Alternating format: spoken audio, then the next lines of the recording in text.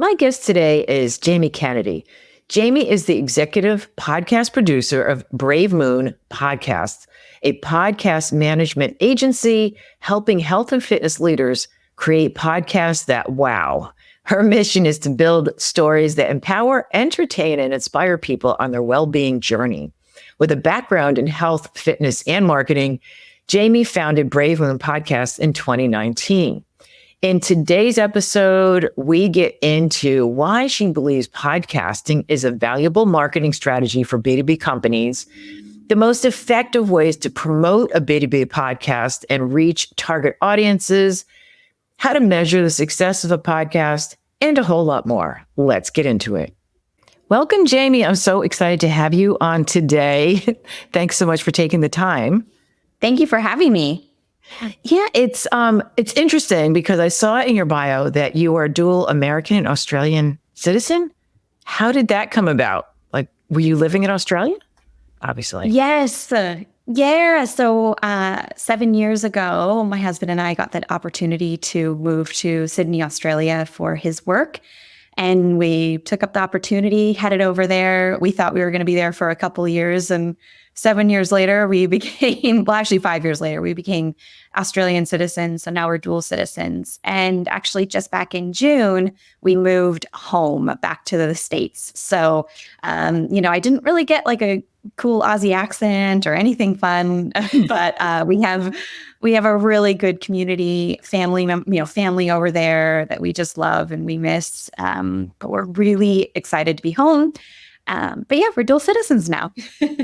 Great. Well, you can go back and forth. So that's cool. But yeah, I'm really interested. I always love backstories, and so it's interesting to hear about how people got into what they got into. So can you talk a little bit about how you became the podcast producer? How'd that come about? Oh, absolutely. So I have had my career in marketing, content marketing, actually content creation. And I started to see around COVID time, there was a niche up for podcast marketing, and that's specifically using podcasting as a marketing strategy. So I felt like it was an opportunity to really dive in a little bit deeper into that. I've always been in the health, fitness, and wellness space. So I used to market for a yoga studio and then a global health club gym. And ultimately, those are my clients now but for podcasts and creating branded podcasts, as well as helping them get guest appearances and monetization and advertising opportunities. That's great. Yeah, because obviously I'm in the health and fitness business and niche as well. So yeah, it's different. Well, do you find it's like really hugely different marketing to health and fitness than other niches? I think that the difference would have to be when you're marketing to health, fitness, and wellness, you really have to get into the mindset of the consumer. Mm-hmm. And the mindset of the consumer in this space is potentially a lot different than other industries out there. So that's the biggest thing, right? Is just having to figure out what's going on with people that are potentially trying to. So for example, since gyms are really kind of my specialty, yoga studios, these type of boutique style studios, what you find is there's a really strong thing called gym intimidation. So 50% of people won't even walk into a gym because they're so afraid of what they're going to experience, so intimidated by the people that are already there.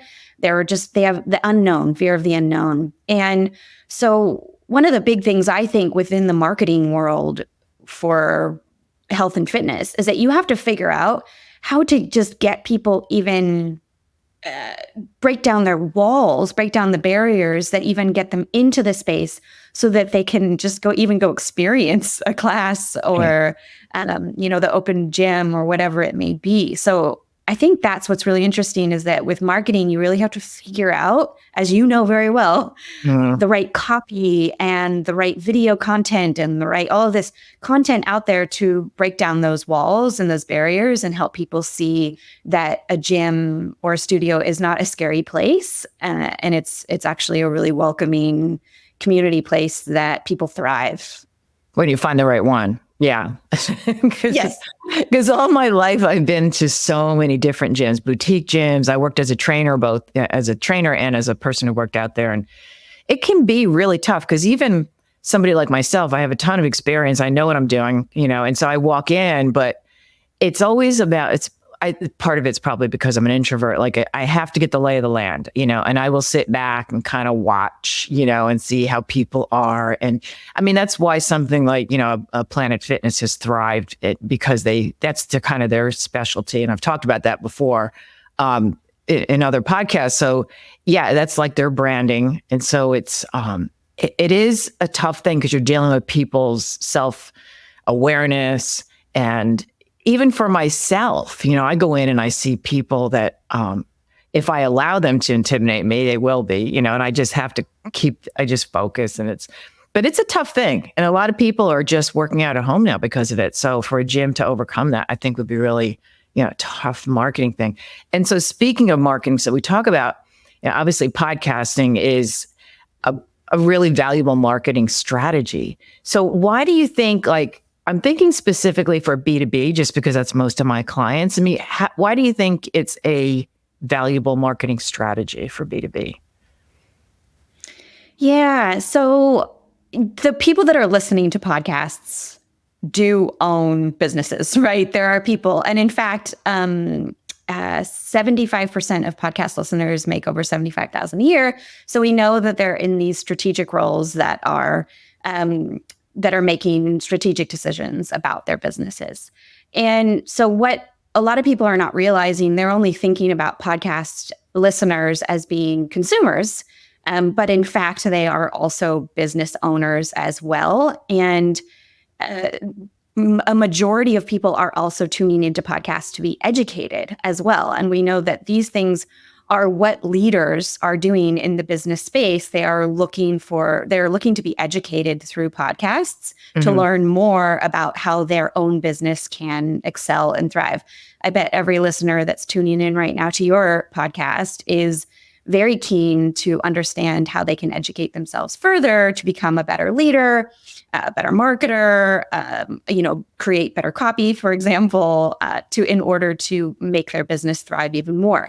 So podcasts are a perfect space, a marketing opportunity for businesses who want to get the message out there about their own products and services.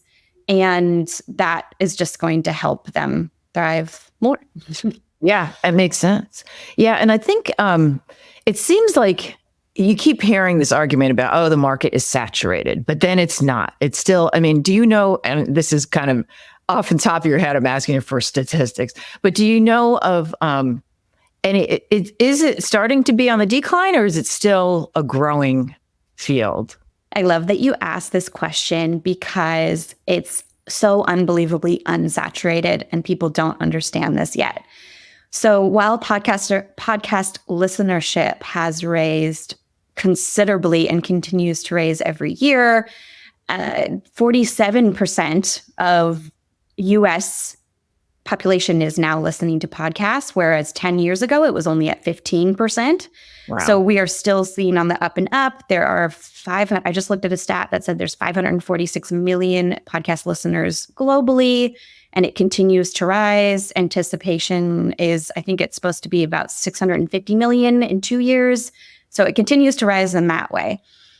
Now, in contrast, there's only 4 to 5 million podcasts. It is going up every day, which means it's time to get on the train, right? It's time for people to be getting on the branded podcast train or at least advertising your business through podcasts, et cetera.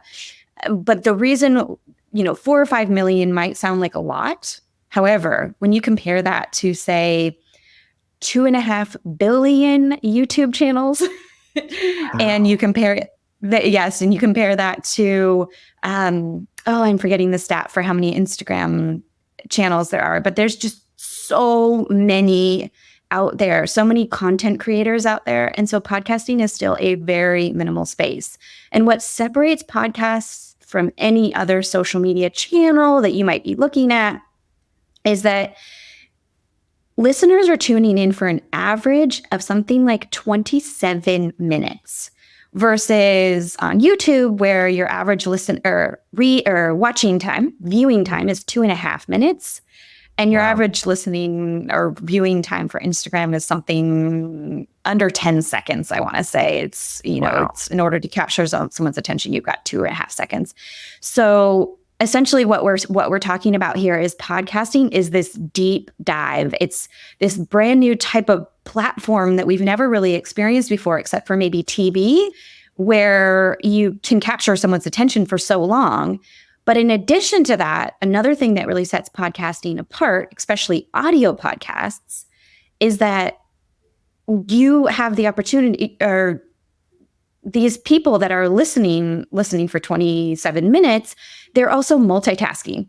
So unlike TV, well, actually, that's arguable. People often, when you're watching TV, you're scrolling or something.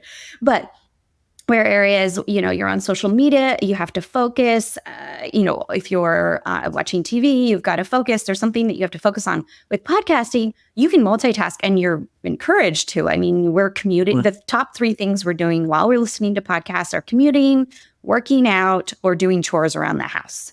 So that's why there's so much so much devoted attention and time to these podcasts. But again, you're allowing people to find a new space to consume that really doesn't exist to this full extent. That's so interesting that you say, because one of the questions I was going to ask you is, how are people listening? Because I have tried listening during my workout, and if it's something I can maybe listen to a fiction, because I have like a huge library of podcasts that I'm always jumping around. But I will listen to the fiction ones or something where I don't have to pay attention, because otherwise it's like, if it's something really interesting that I want to use in my business, for example, actionable advice, I'm going to want to stop and write down some notes. And I can't do that when I got to focus on my workout. So I'm kind of surprised. I think, what I'm thinking as I'm saying that, it's probably more the cardio part, where you don't have to focus on what you're going to do next. Because when you're lifting weights, you don't want to be distracted, but you can be on a treadmill and you do want to be distracted. I mean, does that make sense? Well, absolutely. And I think the important thing to note about that is that that's where show notes come in handy, right? Mm-hmm. Because you ultimately want to engage people through your show notes. And if they are working out, they're between sets, et cetera, what they can do is they can jump into the show notes and click a link and save it for later. And so that's the importance of that element, is just making sure that you are creating those call to actions and those ways for people to extend beyond just that episode, to continue the conversation, to continue their education, to make notes and things that really stand out to them. And you're right. It's so interesting to think about, what are people actually listening to while they're working out versus what they're walking when they're on their walk, or, versus when they're sitting at their desk ready to take notes. But I bet you get an assortment of that. And I'd be so curious to see some stats on that and what people really like to listen to while they're doing certain activities. For me, it's like I have this huge makeup routine. I take my time with it, and I love makeup. So it will take me sometimes 30, 40 minutes. And it's not, I can shorten it, but I listen to podcasts while I'm doing it. So it's relaxing. I put that on, I do my face, and sometimes I'll stop and I listen. Sometimes I will take notes, but that's my time. And sometimes when I'm doing other things like around the kitchen or something, I will.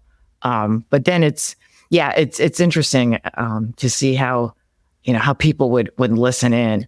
Oh, I was just going to ask you if you have a YouTube channel for your makeup. I feel like it would be great. Now, there are so many other people that do that are far more above and beyond. And that's a whole different niche. But yeah, I had thought about it. But no, I'm busy enough. Thank you. So, but what are the most effective ways to promote a B2B podcast? Because I know with myself, I've had my podcast 3.5 years. And I feel like I know there's more I can do to promote it. And I never know what kind of advice would you give someone like me or somebody else with a B2B podcast? There's a few things for you to consider. So I think I'll just take your podcast, for example, just so that I can kind of, add tangible ideas to it. And then if you're already doing these things, then, the listener can apply it to their own business podcast as well. So essentially, the first thing to be considering is that your podcast is meant to be a solution to a struggle that a business owner is experiencing. So that's the first thing that you always need to do with a podcast, is that you want to be addressing the struggles that they're experiencing rather than just trying to promote your services or products for 30 minutes straight. So essentially, with let's say that a business is having a really hard time with a sales landing page and getting the copy right. That's your opportunity to create an episode. I'm sure you have create an episode that's completely devoted to how to create the right language on a sales landing page and what order it should be and all those things. And then within that podcast episode, you're only going to take a 15 to 30 second elevator pitch in which you talk about your products or services. So what you're doing is the listener is tuning in, hearing you talk about this struggle that they're experiencing in solutions, and they're getting really interested in you because you obviously have the solution that they needed. And so at that perfect timing, when they say, wow, I just need someone, like Linda on my team. And then at that time you say, hey, by the way, the Copyworks is available for hire. And you might just capture that person at that perfect time. So that's that. So it's not the idea of creating, a branded podcast that says the Copyworks. It could be, but obviously it's about creating episodes that are solving problems that business owner is experiencing. Mm-hmm. That makes sense. Yeah. And so how, as far as promoting, because I post across all social media. But that doesn't seem, it's like people who write a book and they're like, oh, I'm going to write a bestseller. Because I know I've worked with authors and I know a lot of them, that in order to really get out there, it's a lot of work. Right. Okay. Yeah. Yes. I started the answer and then I just stopped halfway through. So you left out the hard part because I got so excited. I was like, so here's what the podcast should be. Okay, so let's actually go into, promoting your podcast once it actually exists. So essentially, yes. So one thing to consider is that the listening apps are a tool in themselves. They are a search engine within themselves, similar to a Google, where, and in fact, 45% of people find their brand new podcasts through the listening apps. So it's really important, I already mentioned this, but making sure that your episode titles are super intriguing. They're creating that hook. Mm-hmm. And then in addition to that, making sure that your show notes are rich with SEO keywords that people are searching for when they're looking for a podcast or an episode to listen to. So things that you could be considering doing. So let's say that you put someone on your episode that is someone might be searching for them because they've listened to an episode of theirs and they're saying, wow, I want to hear more from that person. Well, then you're going to want to be putting their name into the show notes or to the title. In addition to that, let's say that we're talking about sales landing pages in that episode. You want to make sure that you're putting all SEO keywords and phrases that relate to sales landing pages. So what are people searching for when they're like, oh, I need to create a sales landing page. I have no idea what to put on there. Who can help? So that is essentially what you want to be doing within those listening apps. So that's number one. And of course, distributing to the proper listening apps. So things like Spotify, Apple Podcasts, and YouTube are the top 3 listening apps that you want to be on. Now, in addition to that, there's 4 other places that I definitely recommend that your podcast is distributed to for promotional purposes. So this is, the second one would be social media, which is what you just brought up about social media. Where do I put my content? You can either create a channel devoted to your podcast, or in a situation like a branded podcast, what might actually work as well is to have your own professional brand promote those episodes on your social media. Mm-hmm. So a couple ideas for doing that. So behind the scenes content is fantastic. So before the call, Linda and I talked about a blooper reel. That is an incredible way to bring more engagement, because people, as we know, engage with relatability. And that's the kind of authentic content that people are looking for. Other things would be clips from the actual podcast itself, creating an entire clip where there's a hook where you can see what they're about to talk about, and that intrigues people to listen to the entire episode. And quotes are another great idea. Now, all of this is to be said is that you have to make the listener journey, extremely easy to get to your podcast. Right. So the ways to do that are promoting it on social media platforms that have direct link opportunities. Mm-hmm. So if you're putting something on Instagram, well, then you're going to want to make sure that in your link in bio that you've got a direct link to your latest episode or your entire episode as a whole, or entire podcast as a whole. If you're doing it on Instagram, you'll want to make sure that you're doing it in stories so that people can easily click on that. If you're, jumping on Facebook or LinkedIn, these are really great opportunities where there's a direct link opportunity to that episode. And you also want to consider what social media platforms you should be on. So in your case, Linda, we found each other because we are both really engaged in LinkedIn. Right. And the reason we're really engaged in LinkedIn is because we love businesses. We love to talk to businesses, and we love to, those are our customers. Those are our clients. Mm-hmm.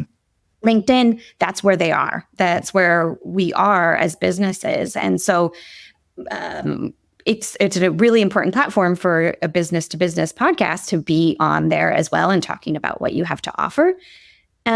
So those are the two ways. And then there's three more. So another one that you want to make sure that you're always doing is an email list. So getting people from your podcast onto your email list, so that, because it's really the only thing that you own. Right. Right. So everything else could go away tomorrow, and you would have your email list. So you want to make sure that you have an email list going. The ways to do that would be to create a lead magnet, which, Linda, I'm sure you've talked about that so much on your podcast. And then the other places that you want to be on is you want to have a dedicated landing page for your podcast.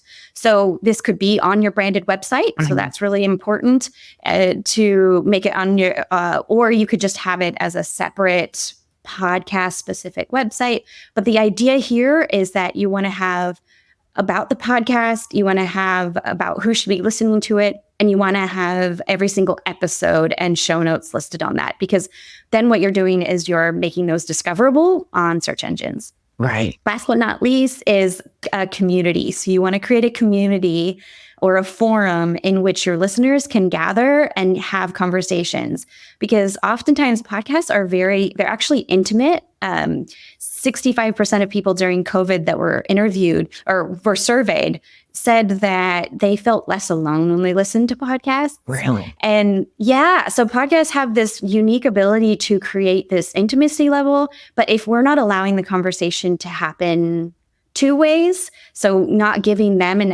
listeners an outlet to join the conversation, we're missing out on something really important there. So those are the top 5 places I would recommend promoting and distributing your podcast. Anything you learned? Any new things? Great. Yeah, I'm doing a couple of them, but I have a question about the creating community.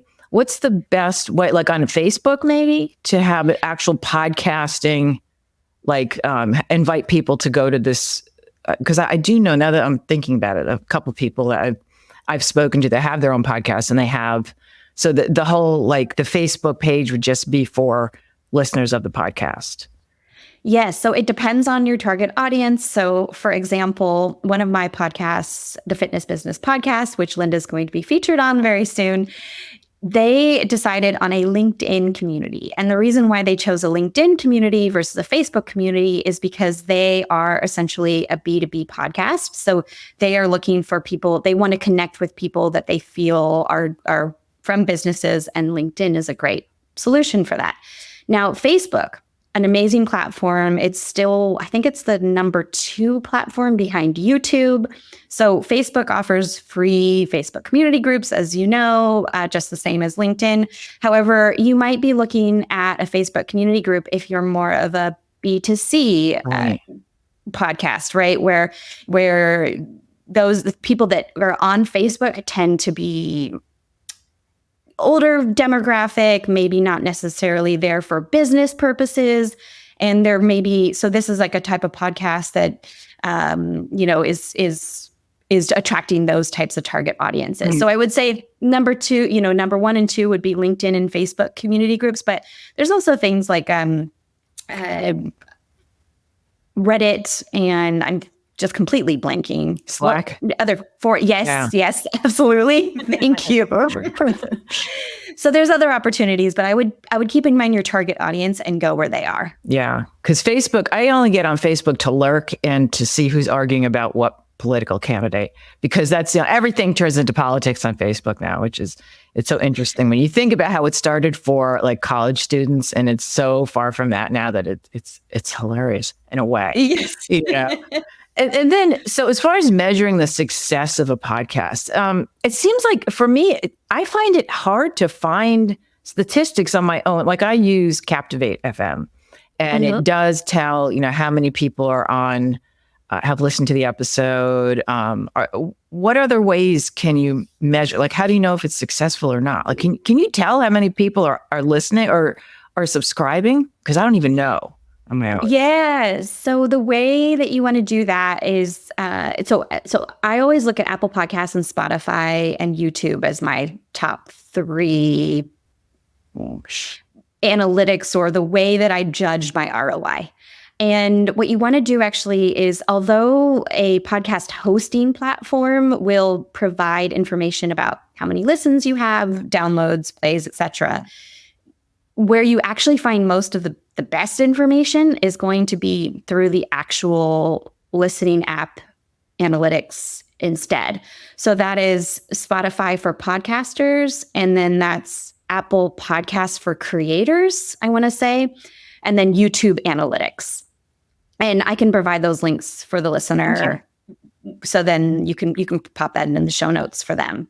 And essentially, when you sign up for these, you register your podcast through these specific listening apps, then you're able to see a lot more analytics, and you're able to see how many subscribers you have. For example, Spotify just introduced this incredible new option or new category where you can see the discovery. You can see how many impressions you're getting in the last 30 days, as well as how many people you reached, and then how many people you converted into actually listening to your podcast. Wow. So that's a really, great stat to learn.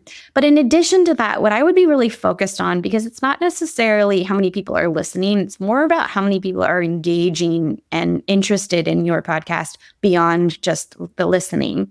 So ways that I like to tell my clients to start to really gather the ROI and how well their podcast is working is, one, I highly recommend a lead magnet. In the show notes, you put it in every single time, and you create a UTM link, so a trackable link, so that as soon as someone clicks to your website, to your lead magnet, through that link particularly, you can give credit to the podcast because they found that lead magnet through your podcast. So UTM links are an incredible way. And so with a gym, for example, that could be book a free tour. That could be for the Copyworks. I'm sure you guys, I don't know the lead magnet you have, but like, for example, you would put it in your show notes and, just add a UTM link, and then that way you can see that. So those would be the ways that I would be looking at how to track and the success of your podcast. And I noticed too that Spotify now has the ability you can post a video of the podcast. And I don't know how long it's been out there, but I discovered it when I was listening to a podcast and I saw that it was a video. I'm like, wait a minute. So I went on there, and I've only done it with one because I am on YouTube as well. Do you think it's an advantage to having it on Spotify, to have a video up? So YouTube is a perfect place for video podcasting. It is a video first platform. I don't want to say it always will be, but yes, of course, it probably always will be. But as opposed to Spotify, which is a listen first platform. Now, we're having this conversation in 2024. I don't know if that's going to change, but at this point, even though video podcasts are on the rise, I would still say that you're safe to be doing an audio only podcast on Spotify and Apple Podcasts, because those at this stage are still very audio first platforms. Okay. That said, there are a lot of podcasts that have been testing the waters with video podcasts on Spotify, and I don't have any stats to show if they're performing better than audio podcasts, but I would say that a majority of people that are listening to or that are joining on Spotify are still listening to it audio only. Yeah, that would be interesting to see, because I don't know how long it's been out. It's kind of cool. I was thinking of trying it with just my solo episodes, with just having, because they're shorter, and because it looks like when you have two people on, it's really hard to see. I mean, especially you're on your phone. But yeah, it'd be interesting. And just lastly, what are some of the common mistakes that B2B podcasts make? How do you avoid them? So I guess the thing I would say is, okay, there's a few things. Okay, one I would say is, and I mentioned this a little bit earlier, but I would emphasize that this podcast that you're creating is not just a advertisement for your business. Instead, what you really want to be focusing on is the struggles that your target audience is experiencing and how you're going to help solve that for them. Even better if you can do it in a way that generates their interest and says, okay, this is the business that I need to work with because they have solved my problem, or they are working towards solving my problem more than anyone else. So I would say that is really important, that to keep your advertisements to a minimum, in that podcasts are still very much a space where people come and feel they don't put their guards up yet. Where in social media like Instagram and Facebook, we very much have our guards up to paid ads, and we just scroll past them, or we click unlike, all those things to basically say, do not serve me this ad anymore, blah, blah, blah. With a podcast, we still kind of have our guards down with advertisements. And in fact, it's the number one platform that we do not pass ads. And I don't know if you have, if you do pass the ads. It depends. If it's something like I will listen. And if it's something like that, I think it pertains to my business, I'll listen, but I usually skip. Yeah. Well, and that's people's rights, of course, that they can skip, but a majority of people do not skip any podcast ads that they listen to. Now, this might be because they're multitasking, right? They might be. If I'm in my car, I can't. It's like exactly. And when you're hearing your favorite host talk about a product or a service that they really enjoyed, that can make or break whether they choose to engage with it or not. 95% of people have taken action after listening to a podcast ad. 95%. And really? 60% of people have said that they have made a purchase based off of a podcast ad that they've heard. So that's just the power of podcast advertisements at this point. But we have to have a lot of awareness around this as podcast hosts and podcast producers, as we really have to be making sure that we're keeping this space safe for listeners and not going overboard with podcasts or with advertisements. Now, there is a place and a time for advertisements, and they do belong. And after all, most of us are doing these podcasts completely free, right? We're doing this because we're passionate about this and we're excited about this and we want to share it with the listener. But so what I come back to is the mistake that a lot of people make is that they're just spending too much time talking about their business and not enough time solving the problem that their target audience is experiencing. Yeah, I have heard that there's one podcast, I don't even remember what it was a while ago, but every single episode was about the business or promoting something within that business. And I just said, it's like a one long commercial. And so I never listened to it again. And yeah, so that's a great point. So where can people find you, and where can they work with you if they're interested? Yes. So I run a business called Brave Moon Podcasts. We are a full service podcast agency for health, fitness, and wellness businesses specifically. And so we can help you with branded podcasting. So basically helping you produce that branded podcast. We can also help get a brand representative onto other podcasts as guests. And finally, we can work with you to create an audio ad that can be advertised in targeted podcasts. So there are multiple ways that I can work with businesses, like maybe a listener that's tuning in. And to find us, it's www.bravemoonpodcast.com. And I will give those links to Linda so she can drop those in the show notes. And I do have a free startup podcast guide. It is a lead magnet, but it's a pretty extensive one that is all about helping anyone who's interested in starting a podcast, just learning the steps to get started, as well as I give a full equipment shopping list on there. So you can just click on the links, go straight directly to Amazon and purchase a budget-friendly microphone today if you're just ready and raring to go on that podcast.